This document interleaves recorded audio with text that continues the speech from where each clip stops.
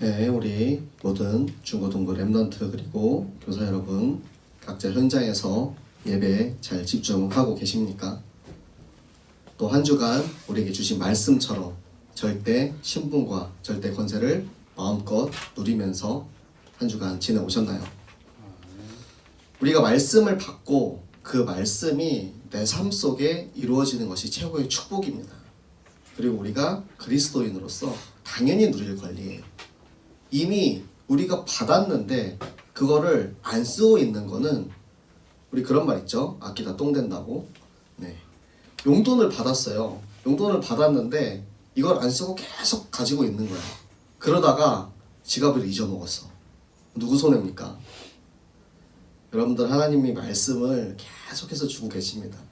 매주 우리에게 강단의 말씀을 주고 계시고, 그 말씀을 통해서 이 시대 속에서, 이 상황 속에서 우리가 어떻게 살아가야 하는지 우리의 나침판이 계속 되어주고 계시는 거예요. 여러분들이 그래서 꼭 말씀에 집중하시고, 오늘의 예배 가운데 하나님 나를 이번 주에 나의 삶을 어떻게 인도하실지 꼭 붙잡는 시간 되시기 바랍니다. 네, 우리가 지금 코로나로 인해서 벌써 몇 주째 비대면 예배를 드리고 있습니다. 자, 우리 비대면 예배가 나쁜 건 아닙니다, 여러분. 비대면 예배는 지금 굉장히 이제 지금 시대에 맞는 미디어 컨텐츠의 하나로 충분히 활용할 수 있는 그런 예배예요.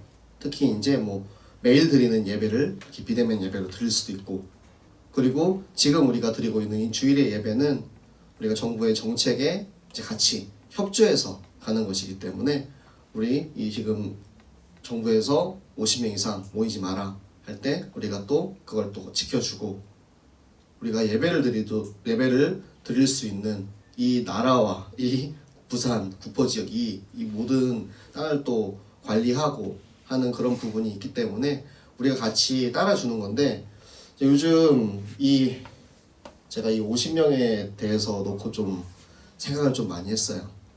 제가 교회에 들어온 사람 명단수를 봤거든요. 지금 한 30명도 안 됩니다, 여러분. 그래서 조금 이기적일 수도 있는데 나머지 20명 우리 중고등부 랩런트를 좀 채웁시다. 도울 수 있잖아요. 30 빼기 50 빼기 30, 네, 20명. 왜냐면 이 랩런트들이 솔직히 어른들도 힘든데 내가 저 화면을 보고 예배하고, 그리고 내가 예배하고 있는 모습을 상대방은 볼 수 없다라는 거. 저는 핵심 예배 드릴 때 그냥 침대에 누워서 예배 드리고 막 그러거든요, 토요일날. 여러분들의 모습도 크게 다르지 않을 거라고 생각을 합니다. 정말로 내가 이렇게 딱 정장을 딱 갖춰 입고 예배 드릴 수 있는 태도와 장소에서 하나님 앞에 예배에 집중할 수 있다면 여러분들이 있는 그 장소에서 비대면 예배 드려도 괜찮아요. 그런데 내가 진짜 예배에 완전히 집중하지 못하고 있는 랩런트들이 아마 굉장히 많은 걸로 알고 있어요. 또 그렇게 많이 들어왔고 예배 드리는 것이 정말 쉽지 않다고들 하더라고요. 특히 어른들도 너무 많이 힘들어 하시더라고요. 그러니까 여러분들 쫄지 마시고, 여러분 교회 오면 코로나 안 걸립니다. 네, 우리 마스크 지금 여기 계시는 분들 다 잘 착용하고 계시고, 혹시라도 이 안에 누군가가 코로나가 걸려서 오더라도 전염되지 않도록 우리가 사회적 거리두기와 마스크를 잘 착용하고 있으니까 여러분들 가장 중요한 영적인 생명을 찾아오시기 바랍니다. 여러분, 예배는 영의 양식이에요. 양식. 여러분들 밥 굶어봤죠? 한두 끼 굶어도 죽지 않아요. 그냥 힘만 없지. 그리고 밥을 안 먹어도 우리가 살아갈 수는 있습니다. 그런데 제대로 된 영양소를 공급받지 아니하면 이제 영양실조에 걸려가지고 점점 말라 비틀어져 가는 거예요. 그게 지금 이 시대를 노리고 있는 사단마귀의 술책입니다. 조금씩 파고들어서 예배드리지 못하게 하는 거예요. 처음에는 그래, 일주일, 2주일 정도는 인터넷으로 예배 드려야지. 시간이 점점 지나면서 기상시간이 아마 조금씩 늦어지고 있을 겁니다. 처음에는 그래도 8시 반에 일어나서 샤워하고 씻고 준비하고 예배 드리는데 이제 점점 8시 40분, 50분, 9시에 일어나고 간신히 이제 예배 드리고, 조금씩 속이는 거거든요. 그렇게 해서 예배를 드리지 못하게 할 때 이제는 굶어가지고 양식을 못 먹잖아요. 힘이 빠지니까 예배 드릴 수 있는 힘이 점점 더 떨어지는 거예요. 그렇게 우리가 신압으로 점령되어가는 그게 마귀의 술책입니다. 여러분 속지 마시고 나오세요. 예배 자리에 나오시고 여러분들 진짜 살아있는 하나님의 말씀을 듣는 시간 되시기 바랍니다. 제가 이번 주에 이 말씀을 받고 묵상을 하면서 저한테 이 12명의 정탐꾼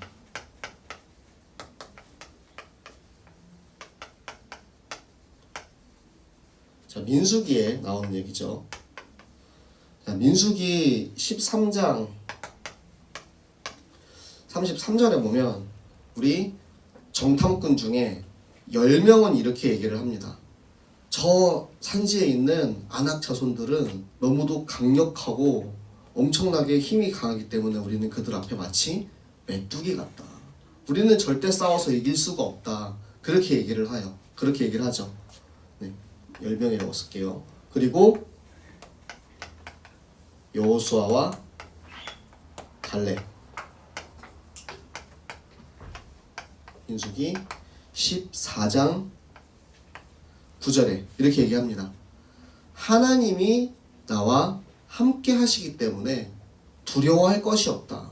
우리는 가서 싸우면 된다라고 얘기를 해요. 결국 누구의 말이 맞았습니까? 제가 이 시대를 보면서 생각하는 게 그거예요. 우리가 자꾸 10명의 정탐꾼이 되어가고 있어요. 지금 뭐 나라에서 이렇게 하니까, 정부에서 이렇게 하니까 우리는 어쩔 수 없어. 예배드리지 못하는 것도 어쩔 수 없어. 이게 자꾸 명분이 되어가고 예배를 드리지 못하게 하는 게 너무 가슴이 아픈 거예요. 특히 몇몇 랩런트들 지금도 아마 꿈나라에 가 있는 랩런트들이 많이 있을 건데 교회라도 오면 어떻게든 엄마가 깨워가지고 교회 보내고 하는데 그게 이제 교회도 안 나오니까 그냥 점점 늘어지는 그 모습이 보지 않아도 눈에 선해서 그냥 이 마음이 진짜 하나님의 마음이구나. 진짜 이게 하나님이 주시는 그 생명의 한이구나라는 생각이 드는 거예요. 너무 막 답답하고 애달프고 와 진짜 이 친구들이 예배 안 드리고 지금 살면 지금 당장은 티 나지 않아도 점점 우리가 그렇게 점령되어 갈 텐데 우리가 지금 이 여호수아와 갈렙 같은 믿음의 고백을 하고 나아가야 되는데 우리가 왜 점점 그 침대 속으로 이렇게 파고들어 갈까? 그게 너무 가슴이 아프더라고요. 그래서 여러분들이 정말 오늘 본문 안에서 하나님께서 약속을 지키십니다. 우리 21절, 22절 말씀을 보면 자 뭐라고 하죠? 21절, 22절에 보면은 아낙 사람들을 멸절하고 이스라엘 자손의 땅에는 아낙 사람이 하나도 남지 아니하였다. 이것은 하나님께서 우리에게 약속하신 것을 지키시는 부분입니다. 지금 우리가 듣고 있는 이 여호수아의 말씀은 그 전에 민수기에서 신명기에서 그 전에 이스라엘 민족이 광야 시절에 하나님께서 말씀하셨던 것들을 하나씩 성취해 가고 있는 거예요. 하나님이 우리에게 하신 약속은 모든 약속을 다 지키시는 분입니다. 그렇기 때문에 그 약속을 지키셔서 오늘 우리의 이 본문 속에서 아낙 자손을 완전히 진멸하신 거예요. 이 가나안 땅에 많은 이방인들이 있습니다. 그 중에서도 아낙 자손들을 완전히 진멸하신 이유는 바로 이 10명의 정탐꾼의 불신앙을 완전히 꺾어버리기 위해서입니다.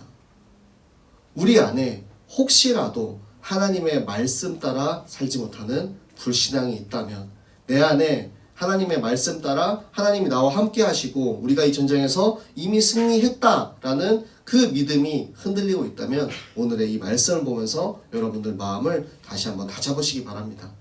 그래 하나님께서는 점령하셨구나. 우리가 두려워하는 저 아낙 자손을 완전히 다 진멸하셨구나. 저 가나안 땅에 저 수많은 민족들 중에서 굳이 아낙 자손을 하나님께서 완전히 싹 다 진멸하신 이유는 우리에게 힘을 주시기 위해서. 내가 하면 다 할 수 있어. 하나님이 하시면 사실은 정말 가나안 정복하는 거 어렵지도 않아요. 근데 왜 우리 이스라엘 민족을 통해서 이 가나안 땅을 정복을 하십니까? 그것은 바로 창세기 3장 15절에 여인의 후손의 약속을 우리에게 보여주시는 거예요. 여인의 후손이 와서 사단의 대가리를 깨부신다고 했어요.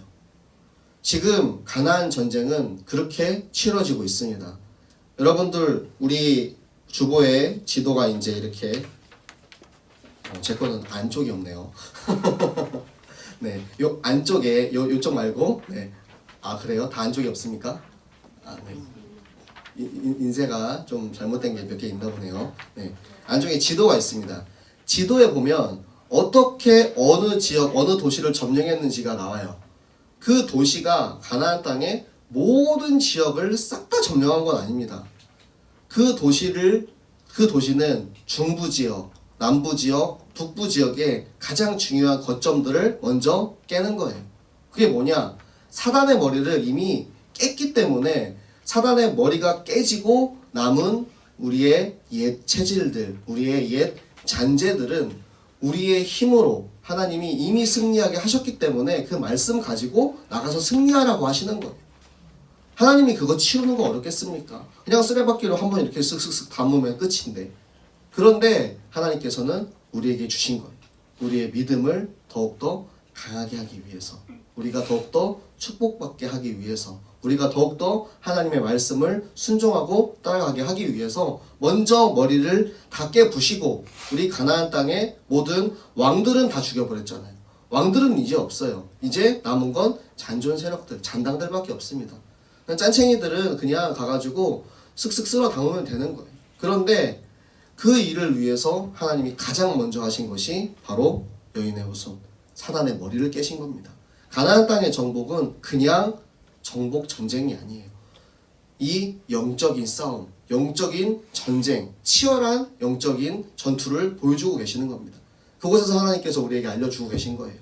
가장 먼저 해야 될 것은 머리를 깨는 것이다. 근데 그 머리는 예수 그리스도께서 이미 다 깼으니까 너네는 걱정하지 말아라. 이미 승리했다. 그러니까 너희는 그 승리한 것을 가서 누리기만 하면 된다. 두려워할 것도 없고 걱정할 것도 없고 강하고 담대해라. 내가 너와 지금 함께하고 있지 않냐. 예수님께서 내 마음속에 계시잖아요.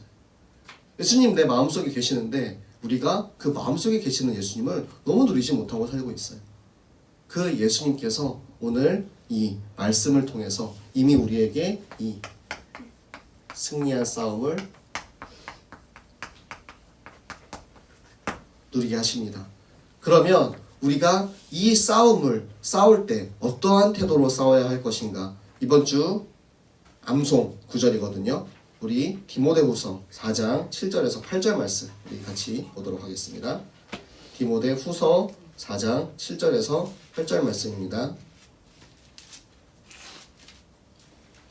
이 말씀은 이제 바울이 죽기 전에 디모데에게 쓴 편지입니다. 이제 유언을 남긴 거죠. 바울이 마지막으로 디모데에게 어떤 말을, 영적인 아들인 디모데에게 어떤 말을 남겼는지 우리 함께 같이 읽도록 하겠습니다.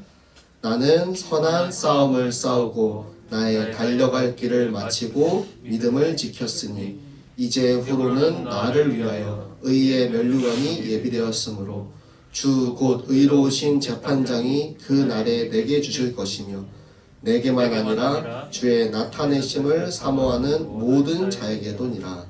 아멘. 네. 바울의 삶은 너무 멋있지 않습니까? 내가 선한 싸움을 싸우고 달려갈 길을 다 갔대요. 하나님 앞에 내가 이 모든 영적인 싸움, 하나님이, 예수님이 내 안에 계시는 이 영적인 전쟁을 이제 다 끝낸 거예요. 그 길을 마치고 이제 디모데에게 얘기하는 겁니다. 그러고 나서 바울이 하나님 만나고 어떻게 얘기를 했겠어요? 하나님 저 잘했죠. 저 진짜 그동안 열심히 하나님 말씀 가지고 싸웠습니다.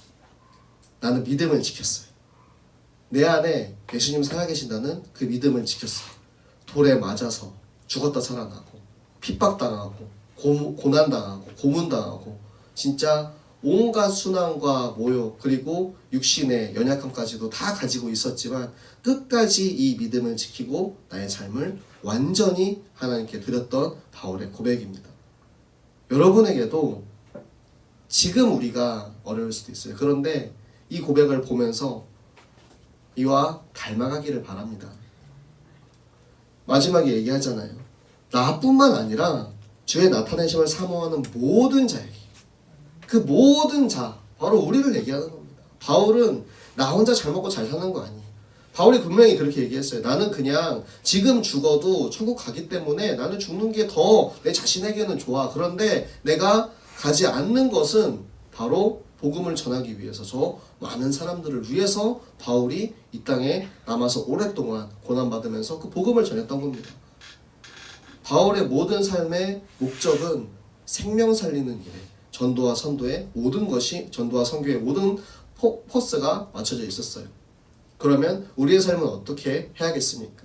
지금 이 코로나 시대에 정말로 많은 사람들이 말씀이 없어서 죽어가고 있어요. 코로나 걸려서 죽는 게 아니에요. 말씀이 없고 복음이 없어서 죽어가는 사람들이 너무도 많이 있어요. 그런 사람들에게 우리가 줄 수 있는 것, 나의 생명조차 아끼지 아니했다는 그 바울의 믿음의 고백처럼 우리가 그 선한 싸움을 싸워가는 것입니다. 우리 현장에서 마음껏 나를 사용하는 것입니다. 뭐 복음 전하려고 하면 핍박 받습니까? 핍박은 상급입니다. 핍박 받는 사람은 그만큼 마귀가 괴롭힐 만한 가치가 있는 거예요. 와, 이 사람은 가만히 놔두면은 생명운동 일어나겠다. 그러면은 내가 어떻게든 방해해야지 하고 가로막는 거예요. 그런데 그것을 이겨내고 끝까지 선한 싸움을 싸웠을 때 그곳에 하나님께서 준비하신 최고의 축복의 열매가 피어나는 것입니다. 우리가 정말 이 디모데후서 4장 7절 8절에 이 바울의 고백, 바울의 유언을 정말 내 마음속에 새기고 한 주간 이 말씀을 계속해서 묵상하면서 아, 하나님께서 나에게 말씀하고 계시는구나. 우리의 믿음을 지키라고 말씀하시는구나. 아무리 코로나가 무서워도, 아무리 세상이 우리를 핍박해도 우리는 절대 흔들리지 않고 믿음을 지켜서 결국에는 하나님이 우리에게 예비하신 이 의의 면류관을 마음껏 누리는 삶을 살아야겠다. 고백하고 다짐하는 우리 한 주간의 삶이 되시기를 예수 그리스도 이름으로 부탁드리겠습니다. 네, 현장에서 예배드리고 있는 우리 모든 렘넌트 교사 여러분도 정말 내게 주신 이 말씀, 정말 내가 있는 가정, 직장, 학교 모든 현장에서 마음껏 누리시는 한 주간 되시기를 바랍니다.